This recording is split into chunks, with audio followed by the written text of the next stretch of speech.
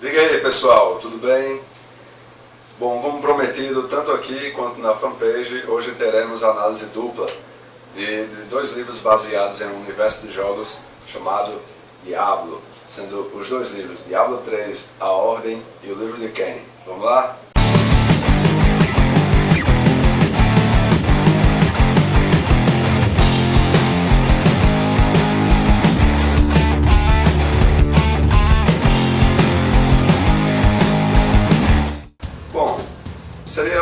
É interessante que eu comece essa análise pelo livro de Cain, que vai fazer mais sentido no decorrer do vídeo. E até quem já jogou, quem é fã da série, ou quem curte, vai entender bem direitinho. Diablo 3, o livro de Cain, foi lançado, o livro de Caim, foi lançado The Book of Cain, nos Estados Unidos, com essa capa aqui, obviamente sob os auspícios da empresa desenvolvedora e distribuidora do jogo, que é a Blizzard, que é também conhecida pelo lançamento de outros jogos como por exemplo Warcraft, World of Warcraft, Starcraft, muito conhecidos no meio da galera que gosta de jogos de videogame, jogos de computador. Ele foi lançado em 2011 originalmente e traduzido aqui para o Brasil em 2013 pela editora Galera Records também. E é com um texto, apesar de ter sido escrito por Flint Dille, ele também teve contribuição de vários outros autores. E esse livro muita gente diz assim, não julgue o livro pela capa, mas é difícil, olha só. Ele tem alto relevo isso aqui. É alto relevo, é baixo relevo. Olha o efeito dessas páginas. Isso aqui é impressionante. Mas vamos um pouco à história. Antes de mais nada, Cain, o Caim, é um personagem que já apareceu em todos os três jogos. Ele é ilustre, assim, é a galera que gosta, que já jogou, conhece muito. E esse livro basicamente é como se fosse um livro de relatos que ele conta o que aconteceu desde o início dos tempos, com base em textos encontrados no próprio universo lá de Santuário, que é o nome do mundo, como também um relato não apenas dele para um leitor, mas para a sobrinha dele, Leia, que eu vou falar um pouco mais dela no livro A Ordem. O livro de Cain foi, assim, partindo da premissa de que ele foi escrito por alguém, foi escrito por Deckard Cain, e uma suposta continuação direta, digamos assim, dele é o livro de Tirael, que é o Arcanjo da Justiça, que em breve vocês vão saber quem é.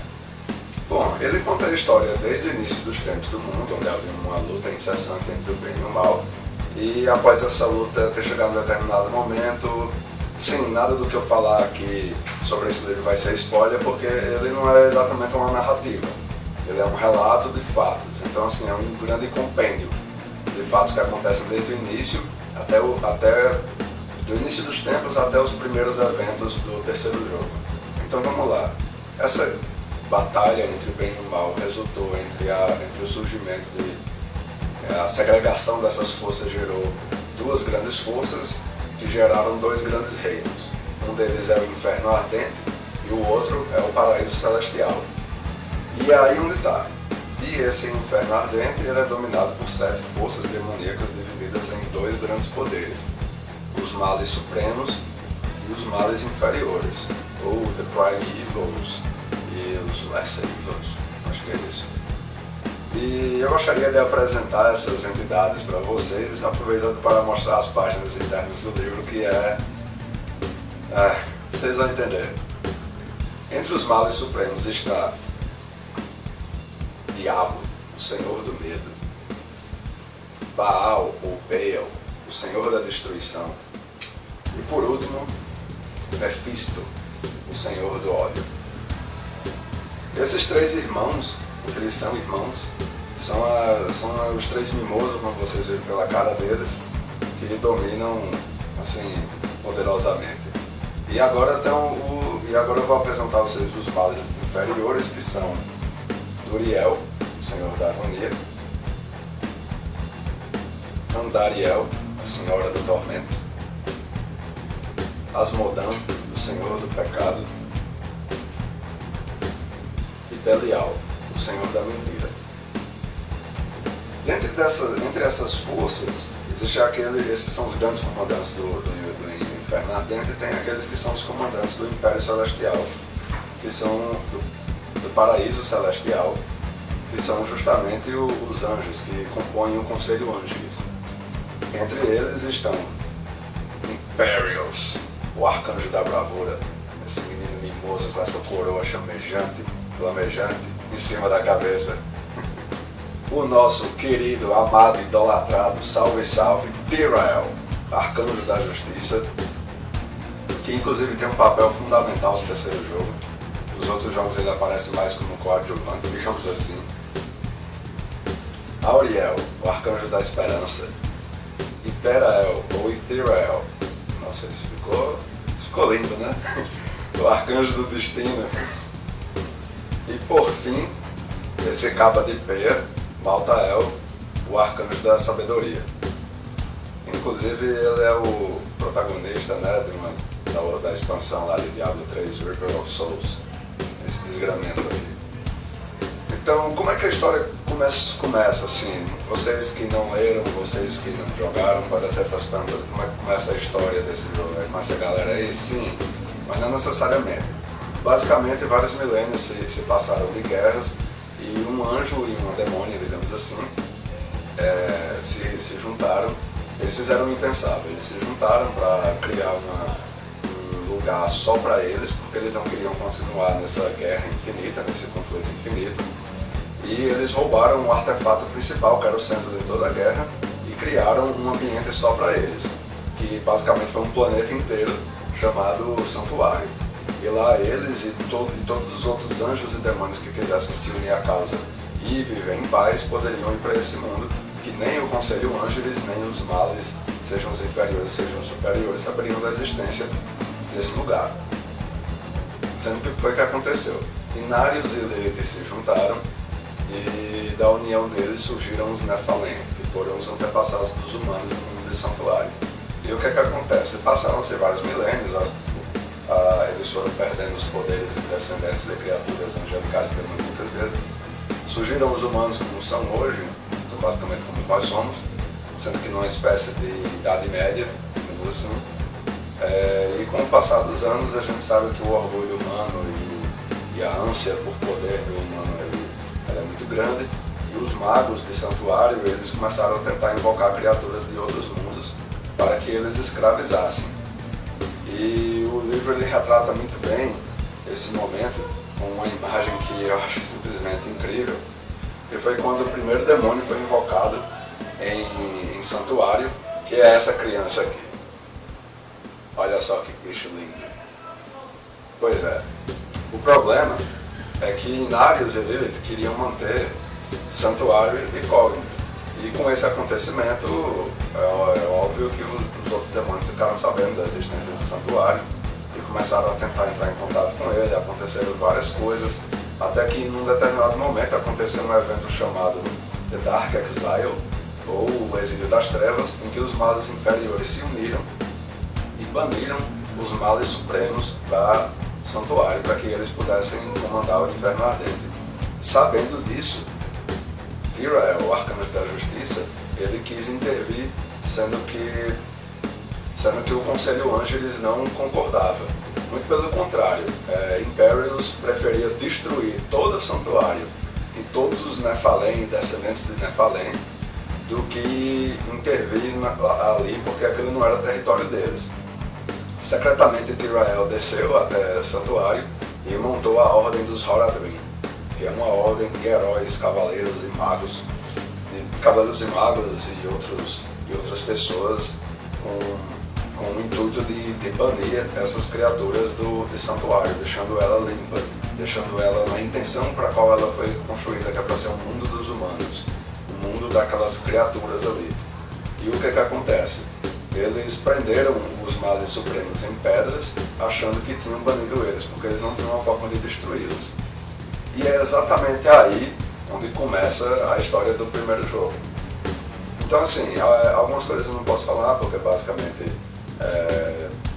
seriam spoilers do jogo. Eu acredito que tem pessoas vendo vídeos que não zeraram, ou que querem jogar, que só viram. e gostaria de entender melhor, mas eu posso fazer um vídeo só falando sobre spoilers, ou posso abrir um espaçozinho no final, acho que é melhor, né? Abrir um espaçozinho no final só para falar alguns spoilers muito interessantes que tem diretamente a ver com o livro A Ordem. Mas, então vamos parar um pouco por aqui. Eu vou fazer uma análise rápida e vou pular para o livro A Ordem e a gente segue adiante. Eu vou dizer logo a minha opinião com relação a esse livro. Eu achei ele fantástico. Quando eu terminei de ler, eu fiquei assim extasiado. Sabe aquela leitura gostosa, aquela leitura boa, aquele texto fácil de entender, não tem nada muito difícil, está tudo explicadinho ali. É incrível.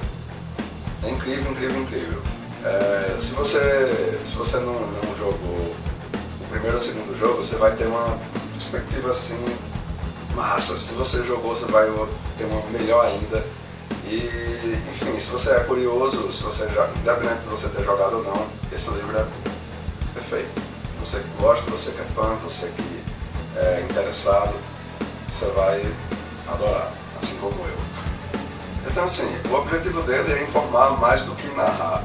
Então, a partir do momento que eu falei isso, eu já contei boa parte da história. Sei lá, que até um terço do livro eu contei só nesses minutos que eu fiquei falando. Então vamos pular para o livro A Ordem, ou The Order. O livro A Ordem, ele foi escrito por Nate Kenyon, lançado no ano de 2012, sob o título Diablo 3 The Order. Falei bem britânico agora, né? E traduzido no mesmo ano pela mesma editora que lançou o livro de Ken, a Galera Records, no ano de 2012. Ele basicamente conta uma história de Deckard Cain, o mesmo personagem que escreveu o livro de Ken, que é o livro dele, né? Que inclusive, para quem jogou, para quem viu animações do terceiro jogo, aquele livro que ele aparece escrevendo, que às vezes Leia aparece escrevendo, que é um tomo dessa largura, grande, pesado, é esse livro aqui. Falando brevemente sobre Nate Kenyon, ele também já escreveu ele escreve livros de suspense, normalmente, e já escreveu outros livros também no universo da Blizzard, um no universo Diablo, que foi Diablo 3 Storm of Light, e um no universo de StarCraft, que foi StarCraft Ghosts Spectres. A história se passa alguns anos após o segundo jogo da série, em que tem alguns acontecimentos lá que afetam diretamente spoilers com relação ao primeiro jogo. Se eu falar, vai entregando muita coisa. Mas no final do vídeo eu vou dar um espaçozinho só pra spoiler. E assim, o que acontece? Deckard Cain, ou Cain, ele, segundo a falecida mãe dele, ele é o descendente de ele é o único sobrevivente, o único descendente vivo dos Horadrim, que foi a ordem criada por Tyrael para combater os demônios que viriam para o mundo, ou que estão no mundo. Ele, segundo ele mesmo, ele ignorou muitos e muitos anos de acontecimentos, achando que eram só fábulas, sendo que depois ele percebeu que era tudo verdade. Então ele parte em uma jornada pelo mundo em busca de guerreiros, magos e pessoas dispostas a lutar para impedir que esses males venham para o mundo, se utilizando de ferramentas místicas para impedir que esses demônios venham ao mundo, porque na altura do terceiro jogo, que no caso acontece anos após esse livro, 2 grandes demônios estão tentando invadir o mundo. Um deles é Asmodan e o outro é Belial.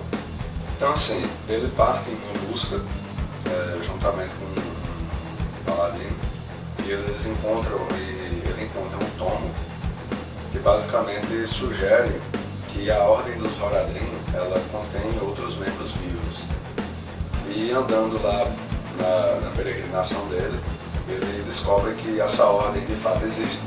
É uma ordem de magos, sendo que ela é liderada por um tal de Sombrio, e eles fazem coisas assim, eles não são bem uma ordem de heróis, como deveria ser. E isso deixa muito preocupado. No processo, ele visita uma antiga amiga dele na cidade de Caldeon, Ilha, e descobre a filha de uma bruxa que já foi companheira dele no passado, que é Lia, que é justamente a garota que aparece nas animações do terceiro jogo. Sendo que aqui na história do livro ela está com 8 anos. E ela tem dezenas de segredos que nem ela compreende mesmo de fato, como se ela tivesse uma espécie de poder interior que ela não consegue compreender. Então assim, se você não fizer questão por esse conhecimento, eu vou falar sobre isso no final do vídeo. Quando ele é hospedado na casa de Gideon, acontece um incidente lá, ela fica mentalmente instável e Leia acaba se juntando a ele na jornada dele. E é interessante você notar como eles se transformam assim com o passar da história, no que diz respeito ao comportamento. Você percebe que ela deixa de ser criança. Já no livro ela presencia vários fatos e acontecimentos desagradáveis. E quem deixa de ser tão egoísta, porque na altura desse livro aqui ele é bastante egocêntrico, bastante egoísta. Então assim, não tem como eu falar muitas coisas além disso, assim, exceto que em determinado momento um monge se junta a eles na aventura deles e acaba dando um certo equilíbrio, assim. Você pensa que eles são só dois indefesos que não tem como se proteger direito contra males diretos. Quando esse monge se junta a eles, aí tudo fica um pouco mais fácil, fica mais emocionante. A história não deixa nada a desejar, como a história dos jogos, com exceção de que aqui os perigos são bem menores, mas em escala crescente, assim, chega num ponto tal que você acha que vai acontecer tal coisa e não acontece. E a relação que eu posso fazer dele com o jogo é que, assim, com exceção do fato de se passar no próprio mundo, ter os personagens e tudo mais, eu não tenho muito o que dizer assim, não tem nada a ver. Claro, tem muita coisa a ver. Mas eu esperava que vários acontecimentos que tem no livro fossem citados no jogo. Não é o caso. São apenas alguns fatos bem pontuais, assim, 1, 2, 3. E você descobre que na realidade, bom, vocês podem até achar que eu sou ingênuo por dizer isso, mas na realidade é como se o livro fosse meramente um produto de divulgação do jogo, digamos assim.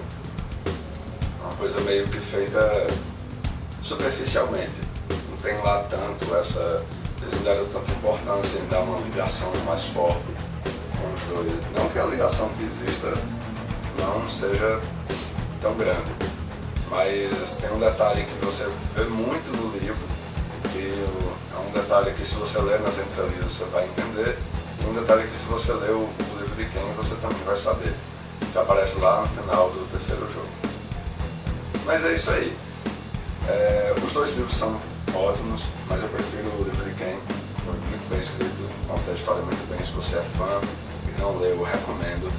Não a ordem, mas o livro de Ken, se você tem curiosidade, tá aí a dica. Apesar de existirem outros livros baseados no primeiro e no segundo jogo também. Eu tive a oportunidade de jogar o primeiro e o segundo, mas só finalizei o terceiro.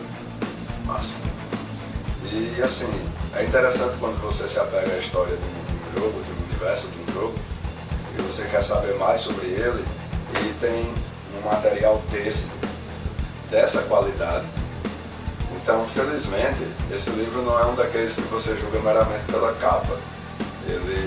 Aliás, que você pode até julgar pela capa, mas o conteúdo é tão bom quanto. E o que eu posso dizer? Excelente. Recomendo ambos. Caso você já tenha jogado A Ordem, é um bom livro. Se você não jogou, é muito provável que você fique voando. O livro é dividido em capítulos, cada capítulo é nomeado, numerado. E é ótimo, todos dois.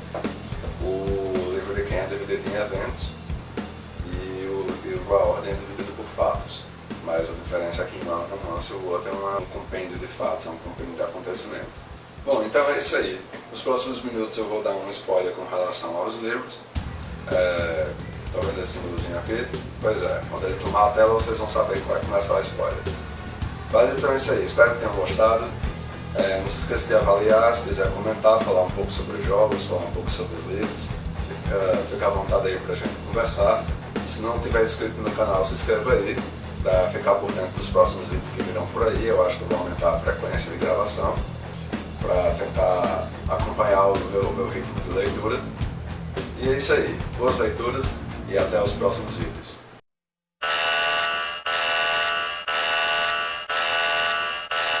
O spoiler que eu tenho para dar é o seguinte. quadrinho, antes do início do primeiro jogo, eles prenderam os 3 males supremos em pedras. Cada pedra foi forjada única e exclusivamente para cada um dos demônios, e ela prendia cada um deles. Ok? Beleza. No fundo do monastério lá de Tristã, estava Diablo, né, como a gente sabe. E como você não tem no jogo como saber quem é o herói da história, ele considerou que foi o filho mais velho, a história considerou que o filho mais velho do rei Leoric foi o herói que entrou lá. Sendo que quando ele chegou no fundo do monastério, ele descobriu que Diablo, na realidade, era o irmão mais novo dele, que tinha sido sequestrado.